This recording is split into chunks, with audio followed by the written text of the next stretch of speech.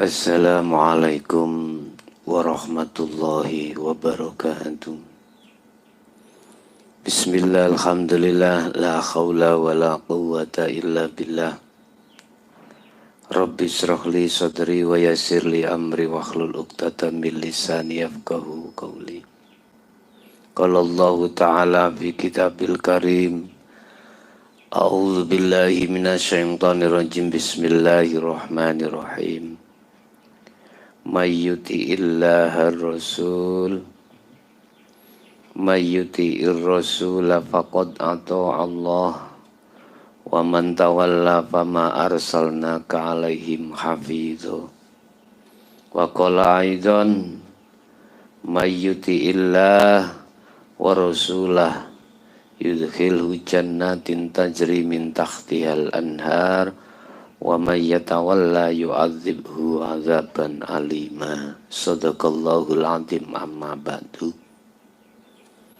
Bapak Ibu hadirin jemaah dimanapun Anda berada, alhamdulillah dalam kesempatan siang hari ini dalam acara kuliah siang tepat pada jam 1 siang kita masih diperkenankan untuk bertemu dan bermuajah.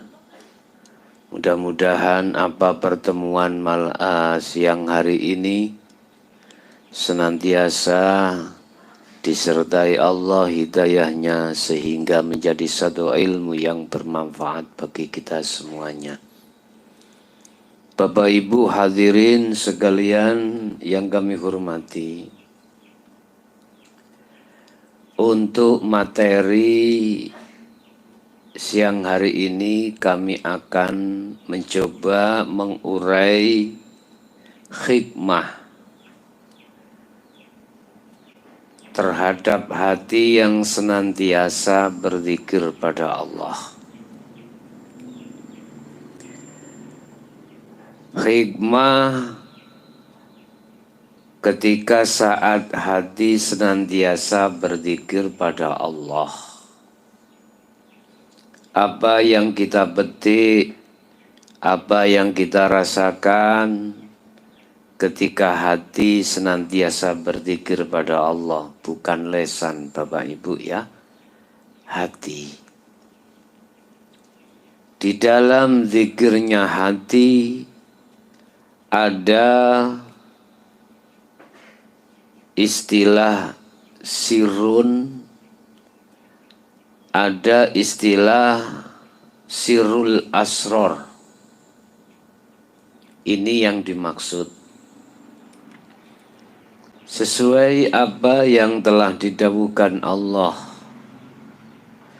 dalam satu ayat, Muhammad, senantiasalah kau dikala waktu pagi, siang, sore, malam selalu berzikir padanya dengan zikir yang tidak ada batasnya.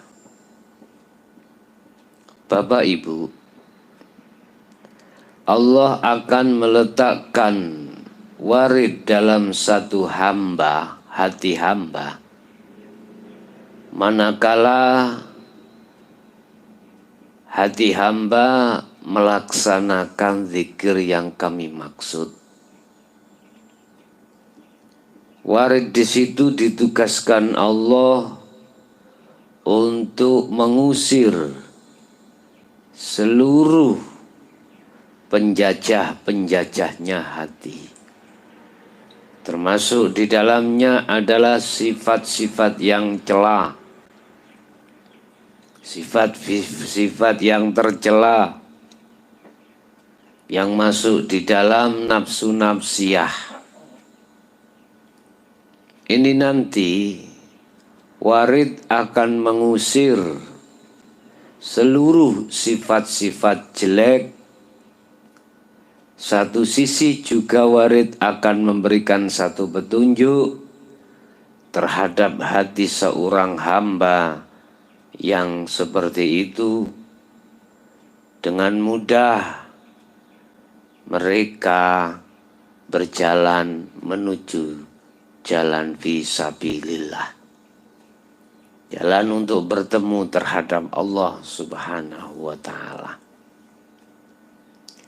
Inilah Bapak Ibu maksud daripada zikir yang kami bahas pada siang hari ini.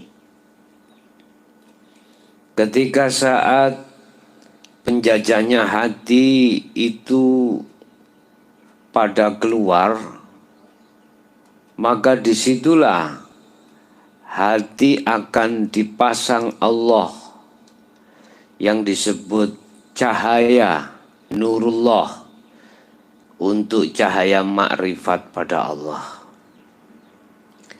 Hamba yang demikianlah Bapak Ibu yang dimaksud Allah dalam satu suratnya, yaitu surat Al-Fatah, surat yang ke-48 ayat 17.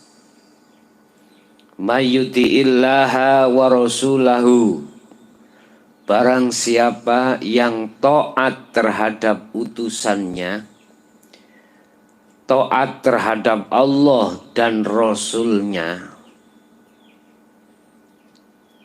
Taat pada Allah berarti apa? Ya, hati selalu bermunajat mengikuti hukum-hukum ilahiyah. Hati, saya katakan hati karena pandangan hakikat itu bukan jasad tapi hati. Wa rasulahu, dan taat terhadap utusannya. Utusan yang dimaksud di sini dari proses adalah itulah yang kami maksud guru akhirat. Dalam arti taat itu menjalankan apa fatwa-fatwa, pesan-pesan atau perkara yang dilarang dan perkara yang diperintahkan terhadap kita sebagai murid. Senantiasa kita menjalankan apa yang menjadikan lampu-lampu di situ. Ada lampu merah larangan begini-begini, kita tinggalkan. Ada lampu hijau begini-begini, kita jalankan. Lah, konteksnya apa? Ajaran Rasul itu satu paket dengan apa yang kami maksud taat pada Allah. Tidak ada Rasul memerintahkan supaya dirimu itu menjadi orang yang kaya raya, tidak ada. Pun juga tidak pernah seorang Rasul memerintahkan dirimu sebagai orang yang sakti mandraguna, juga tidak pernah. Seorang Rasul diperintahkan Allah untuk membawa risalah yang isinya risalah mengajak hati untuk senantiasa menuju dan bertemu Allah Subhanahu wa ta'ala. Dengan begitu, maka sesembahannya itu benar, tidak di atas jalur yang batil. Bapak Ibu, siapapun bila mana mengaku dirinya Rasul, tetapi memerintahkan yang bukan risalahnya, itu tidak benar. Barang siapa yang taat terhadap Allah Tuhan dan utusan Tuhan, ya, kalau bahasa orang Islam berarti Nabi Muhammad. Kalau bahasa orang Nasrani berarti Nabi Isa atau Yesus, disebut Yesus itu ya. Dia statusnya sebagai utusan Tuhan yang membawa risalah, yang menjadikan hati penuh dengan penerangan keluar dari kegelapan. Ini statusnya, Pak ya. Barang siapa mengikuti itu, yudkhilhu, maka Allah akan memasukkan terhadap hamba tersebut kemana? Jannatin tajri min tahtihal anhar, yaitu surga yang di bawahnya banyak air mengalir. Bapak Ibu, maksudnya apa sih ini? Siapapun Anda, manakala hatimu berlaku selalu berzikir pada Allah, hatimu, jiwamu, ruhmu akan menjadi damai, akan menjadi tenang, akan menjadi tentram. Ketentraman itulah yang dimaksud jannatin, ya, beberapa surga. Hatimu tidak mengenal khauf, tidak mengenal khawatir, tidak mengenal takut, tidak mengenal apapun yang sifatnya itu adalah susah, tidak akan. Sekalipun baik tempat makan, tempat itu makan itu, tempat atau zaman, masa, itu yang kurang berkenan miturut manusiawiyah, seperti halnya saat ini. Aku yakin panjenengan sedoyo semua Anda tidak mengenal, tidak berkenan adanya COVID-19 atau lebih dikenal sebagai virus corona. Tetapi bagi mereka hamba Allah yang senantiasa hatinya berzikir, tidak akan ngefek, tidak akan takut. Sekalipun istrinya pilek, istrinya greges, dia pun tidak akan meninggalkannya. Tetap dia peluk, tetap dia sayang.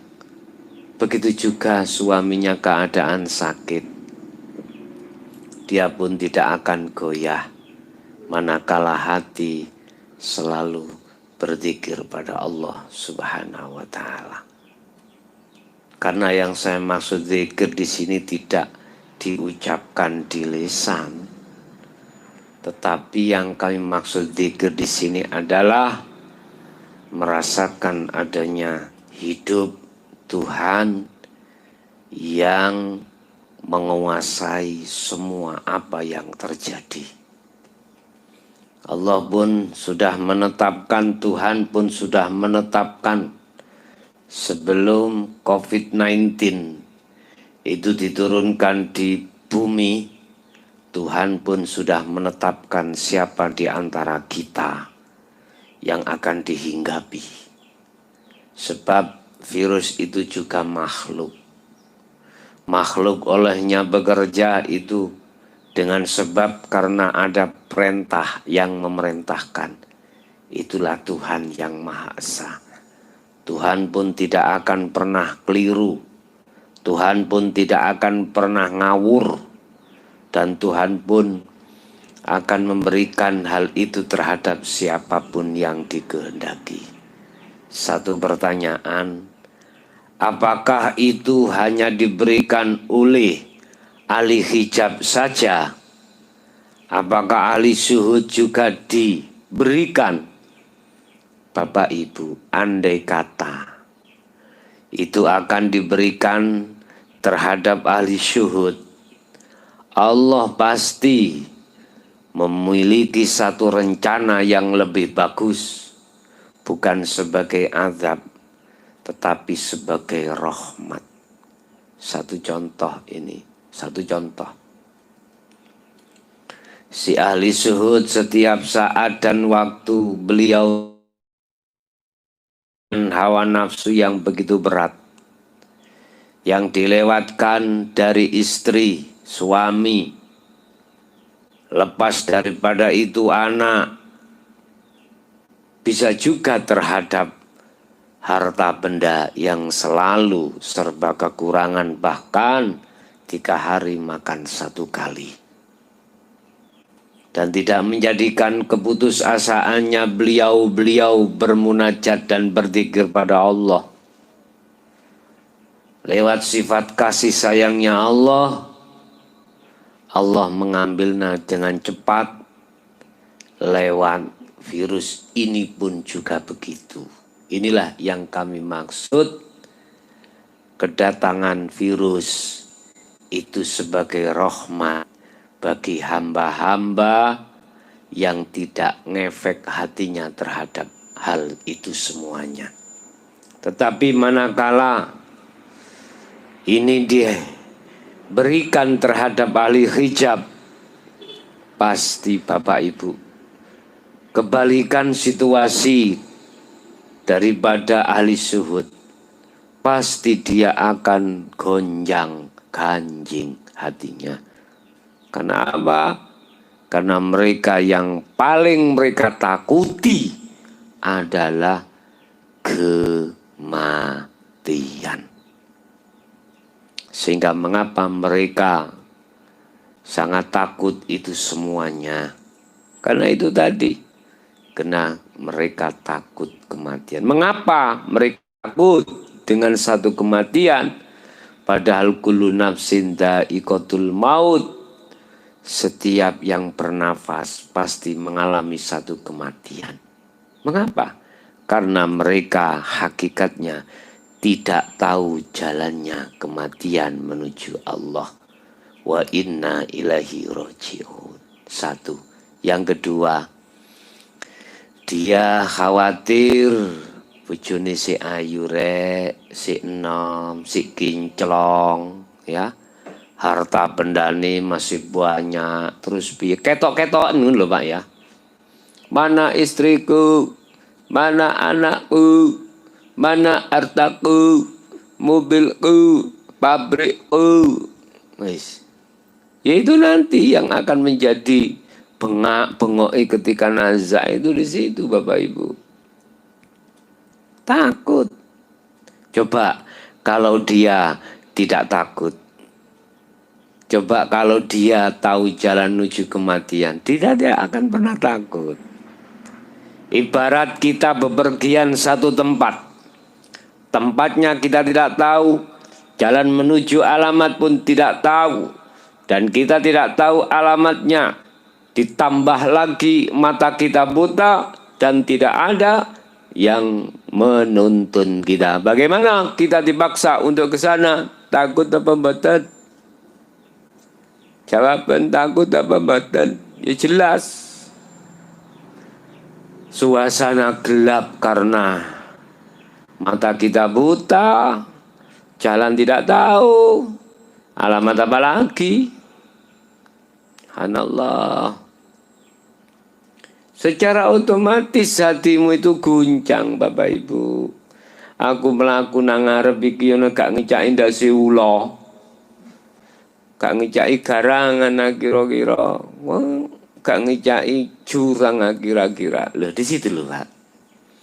Coba kau berangkat tahu tempatnya, jalannya juga begitu, matamu tidak buta. Apalagi ada yang mengiringi, ya, mengiringi kiwa tengen bidadari. Lho, sayangquluna alladziina qalu udkhuluha bisalamin aminin. Jelas Pak, kiwa tengenmu iku malaikat selalu mengiting bureni. Mengiting bureni. Mengiting apa? mengikuti membuntuti, mengikuti burine, mengikuti belakangan. Masa ngono ya wis terjemahno dhewe. Mengiringi, selalu mengiringi dia di belakangnya, mengiringi. Kau ono ning ngarepe, ning kiwa tengen burine. Ya gak wani ning ngarepean, Pak. Suladab. Mengikuti kekasih Allah. Allah dawuh malaikat jemputan kekasihku kae. Nah. Saya gulunalan podo dawuh. Alladzina nang kekasih-kekasih mang qalu padha ngucap sapa malaikat udkhuluha monggo jenengan mlebet monggo daharane pun siap ya, coba jenengan nek mertamu nang ngene siji rumahnya orang terus yang punya rumah monggo pangestu monggo saya mlebet daharane pun disiap. Udkhuluha bisalamin aminin, masukmu iku dengan keadaan aman, Pak. Gak ono sing dikhawatirkan. Jadi malaikat menyambut dikongkon mlebu ing jero iku ya nek umpama digambarno cara basa donya. Iku di situ itu ada bidadari yang roke cekak-cekak, Pak. Begitu sampean melebu langsung ilerit telanong. Makanya didawuh nih kalau seorang hamba kekasih iku meninggal dunia lekas makamkan. Kenapa? Jadi gak boleh dilama-lamain karena dia lekas pingin jumpa sang kekasih. Jenengan mawon pada waktu pacaran ya semayan mening bengi ra iso turu. Bengi gak bisa tidur. Kapan ndang teko, kapan ndang esuk wis nang. Kate ketemu kekasih iki padha menungsone padahal. Padha nek awak dhewe arep budal mancing lho Pak, bengi wis budal jam piro? Jam 3 wis. Bengi ora iso turu kok. Ndang nang lokasi ndang setrek ngono. Padha jane ngono wis kadoh. Malaikat pada menjemput disuruh Allah, malaikat ya monggo Tuhan jemputan kekasih-kekasihku kae. Ya udah. Sampai sebagian kaul dikatakan ketika saat sakaratul mautnya kekasih Allah, malaikat kongkon nyisih minggir tak jabuti dewi.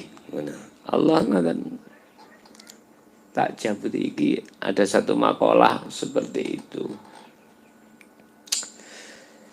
Tapi nek sing mati ku mang ahli hijab, Gusti Allah malah malaikat ocok-ocoken ngono. Bahasane Jawa ngoten disiksa. Makanya ada dua momen orang meninggal. Ketika dia meninggal, dia itu didatangi seorang yang menyeramkan. Sampak wedi mecicil ana wong mati sampak meci saking wedine nguasiku. Ada orang yang meninggal momennya senyum. Karena yang dilihat, yang metuis dirinya, menemui dirinya itu malaikat yang memang diutus Allah. Malaikat itu menyenangkan hati. Siapa mereka yang mengalami momen seperti itu Bapak Ibu? Adalah kekasih Allah, termasuk di dalamnya syuhada wassalihin. Itu Pak ya. Senyum, aja heran senyum. Urusan rogo hancur apa gak itu bukan bahasan. Bukan, ya. Jadi mereka yang menjadi kekasih Allah itulah ketika saat di dunia menghadapi situasi apapun tidak ngefek, itu maksudnya jannatin tajri min tahtihal anhar. Tapi wa may yatawalla yu'adzibhu azaban aliman. Sedangkan orang yang menentang terhadap ajaran Rasul untuk menuju nang Allah, yu'adzibhu, mongko bakal nyiksa sapa Allahu ingman, azaban kelawan siksa, aliman kang amat, siksa kang pedih. Ini dunia lho wis ditonton, Pak. Bisa dilihat sudah. Ngadepi corona bingung. Iki kok gak kena aku ah. Engko ya apa aku nek mati. Bojoku sik menos-menos, sik semlohe. Anakku sik cilik-cilik. Penggawe aku, hartaku, lho ngoten, Pak. Akhirnya kebingungan, imunnya turun, akhirnya mudah keserang penyakit. Nah, iku mereka yang menolak, menentang ajaran Rasul. Dalam satu ayat lain, surat An-Nisa, surat yang keempat, ayat 80. A'udzubillahi minasyaitonirrajim.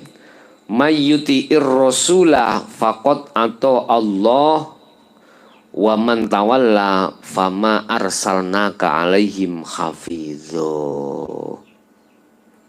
Barang siapa yang taat terhadap ajaran Rasul, ya faqad atau Allah, maka mereka dikatakan betul-betul taat pada Allah. Yang perlu saya tanyakan, ajaran Rasul itu ajaran yang bagaimana sih? Ajaran Rasul itu yang ajaran bagaimana? Mungkin besok akan kami bahas terkait asli nih ajaran Rasul itu bagaimana. Kita kan mengkatanya. Sampai sekarang katanya dari mana? Dari rawi, diriwayatkan hadis, katanya dari Al-Quran, katanya. Masih di dalam Injil juga begitu. Sekarang katanya.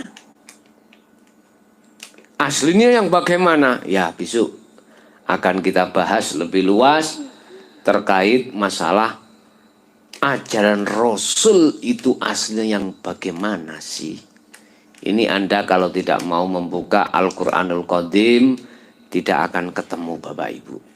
Mungkin hanya satu saja secara singkat saya katakan.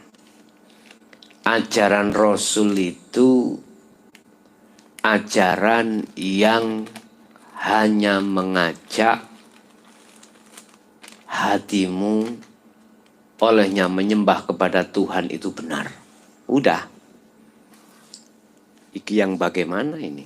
Nanti secara luas besok bisa kita bahas secara mendetail. Barang siapa yang taat terhadap ajaran Rasul, yufaqat atau Allah, maka mereka dikatakan taat pada Allah.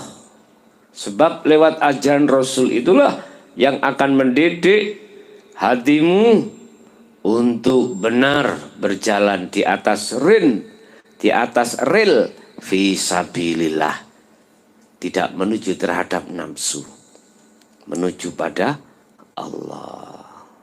Wa man tawalla fama arsalnaka alaihim hafizho.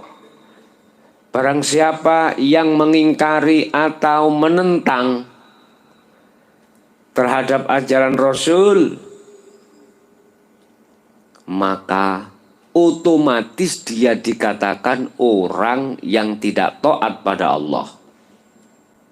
Orang yang tidak taat terhadap Allah adalah orang yang, mohon maaf, yang tidak mau lagi menghayati, mengevaluasi keadaan hati atau ruh yang nantinya kembali kepada Allah Subhanahu wa Ta'ala. Kalau seperti ini, Ya fama arsalnaka alaihim hafizho. Maka di situ mereka tidak akan pernah bisa mendapatkan penjagaan, ya, penjagaan, atau tidak akan pernah mendapat syafaat baik di dunia ataupun lebih-lebih di akhirat. Fama arsalnaka, mereka pun tidak diberikan satu utusan untuk menjaga dirinya. Artinya secara tidak langsung adanya guru-guru kita akhirat memberikan ajaran-ajaran Allah itu secara tidak langsung beliau telah menjaga kita. Sekali lagi, adanya beliau mengajarkan ajaran-ajaran Allah supaya bisa taat hati pada Allah dengan sebenar-benarnya, itu secara tidak langsung menjaga kita. Wa man tawalla fama arsalnaka alaihim hafizho. Mereka yang menolak tentang ajaran ini pasti tidak akan diberikan satu penjagaan terhadap dirinya, baik di dunia maupun di akhirat. Di dunia hatimu dicarki Gusti Allah, selalu menjadi teman akrab nafsu atau setan, dan juga Allah membiarkan terhadap setan untuk menyesatkan mereka tersebut. Bapak Ibu hadirin, hikmah daripada hati selalu berzikir pada Allah di situ tadi. Tidak hanya sisi manfaat di dunia saja, tetapi juga di akhirat. Di dunia sudah kelihatan, jiwamu akan damai, sebab selalu bertemu kekasihmu, yaitu Allah Subhanahu wa ta'ala.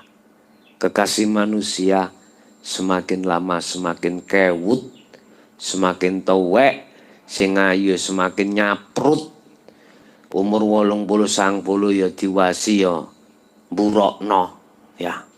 Apalagi dirimu terpengaruh dengan situasi, wah tambah susah. Tetapi coba, kalau yang kau jadikan hatimu adalah Allah sebagai kekasihnya, wal akhirutu khairu wa abqa, kekal selama-lamanya. Beliau tidak pernah khianat, beliau tidak pernah ingkar janji, beliau selalu mengatakan apa yang dia katakan.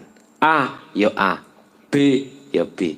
Ibaratnya dengan tumbas iwak petik kampung, beli ayam kampung, yang diberikan itu ayam kampung, bukan ayam kampus, ya, ayam kampung. Bukan yang diberikan ayam potong, tapi ayam kampung. Saya ibaratkan seperti itu. Itulah Bapak Ibu hadirin apa yang bisa kami sampaikan berkenaan dengan hikmah manakala hati senantiasa berzikir pada Allah. Semoga bermanfaat. Kurang lebihnya barangkali ada kalimat yang kurang berkenan, saya sendiri secara pribadi mohon maaf yang sebesar-besarnya. Akhirul kalam, ihdinas siratal mustaqim. Assalamualaikum warahmatullahi wabarakatuh.